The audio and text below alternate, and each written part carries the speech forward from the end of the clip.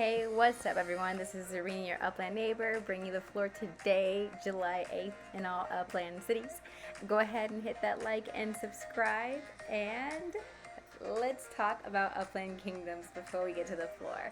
I just want to go ahead and give a little bit of a kind of image to people out there in Vegas, especially people out there who are working with some ice cap properties, because this is the map that shows you those ice caps are limited in Las Vegas, and they're great for mining, they're great for queries, and so getting a look at this, you can kind of get a great visual of which type of properties are rare.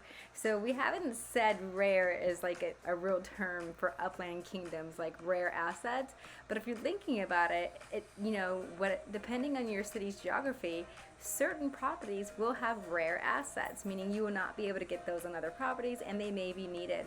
So that purple, it's a bog, and people don't really think much of bogs, but the bogs are great for berries, game, and you can build on them.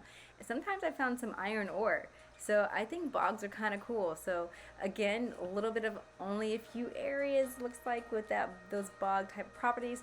Most of Las Vegas, which is kind of odd to me, is forest and not desert, which is like, not sure why, because Las Vegas is a desert, but I'll take it. I'll take all those trees instead of just desert properties in Las Vegas. It is interesting though, I don't know where the geography is coming from. In fact, if you look at the deserts in Las Vegas, you don't see any. It's just straight greens, browns, mountains, ice caps, bogs. I don't see any yellow. Maybe I could look a little close, but I'm not seeing any deserts in Vegas, so I guess we won't be working with those in the desert. Anyways, I just want to let you guys know, if you got ice caps in Las Vegas, you're probably looking at some Mount Charleston areas.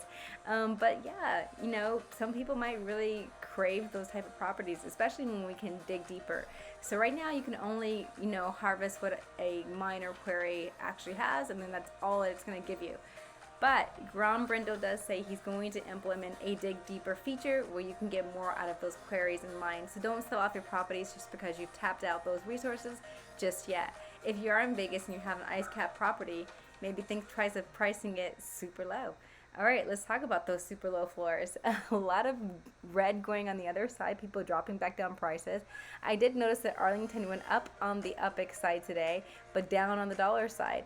Over in Los Angeles, actually, there was a property even cheaper than the $4.04. It was $3.88, and Meeks was selling it, and I purchased it because it is a property that I can build on in Upland Kingdoms, and it was a decent size of 44 UP2. So for $3.88 in Los Angeles, I'm slowly striving towards becoming a queen, if not an empress, in that city.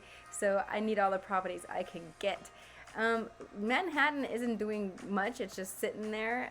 A lot of places are like, whatever, Rio, and I think I saw another place with FSAs go down. Yeah, Sao Paulo. So some FSA visas must have expired, and if you're an FSA player, you can go grab those. Speaking of FSA players, it's a good time to get to places like Las Vegas and Kansas City and buy whatever FSAs you can and flip them over to people who are non-FSAs, because we will pick them up now that we have Upland Kingdoms looking for new properties. Arlington especially, I'm not sure if there's any FSAs left over in Arlington that are actually affordable for anybody, but if there are, I'm definitely looking to acquire properties in Arlington, so hit me up if you got some. Alright everybody, happy hunting, happy Saturday. I'll see you guys in Upland.